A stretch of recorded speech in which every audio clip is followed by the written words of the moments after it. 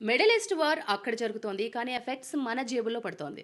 Gold, silver rates తగ్గుతున్నాయి అని ఆనందపడే లోపు ఫ్యూయల్, గ్యాస్ ధరలు మాత్రం అమాంతం పెరిగిపోతున్నాయి.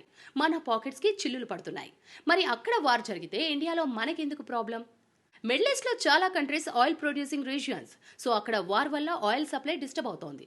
ఈ గ్యాస్ ఆయిల్ ఇంపాక్ట్ మన ఇండియాకే కాదు, జపాన్, చైనా, యూరోప్ లాంటి దేశాలపై కూడా ఉంది. మన ఇండియాకి ఖతార్ నుంచి ఎల్ఎన్జీ, లిక్విఫైడ్ న్యాచురల్ గ్యాస్ వస్తోంది. వార్ సిచ్యువేషన్లో ప్రొడక్షన్ స్లో అవ్వడం వల్ల గ్యాస్ రేట్స్ పెరిగాయి. ఆల్రెడీ క్రూడ్ ఆయిల్ ప్రైస్ $90కి చేరింది.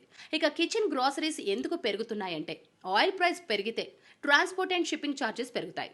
సప్లై చైన్ డిస్టర్బ్ అవుతోంది. రిజల్ట్, మార్కెట్లో అన్ని ప్రొడక్ట్స్ ప్రైస్ పెరిగిపోతాయి. వార్ కంటిన్యూ అయితే ఎఫెక్ట్ పడే ప్రొడక్ట్స్ ఏంటో తెలుసా? Gas, petrol, diesel, pulses, wheat products, kitchen groceries. యుద్ధం ఎక్కడ జరిగినా దాని ఇంపాక్ట్ మాత్రం కామన్ పీపుల్ కి తప్పదు. షార్టేజ్ అనే వర్డ్ వినగానే మన మార్కెట్స్ లో ప్రైజెస్ రాకెట్ లాగా పెరిగిపోతాయి. So middle east war effect మన కిచెన్ వరకు రీచ్ అవ్వడానికి ఎక్కువ టైం ఏం పట్టదు.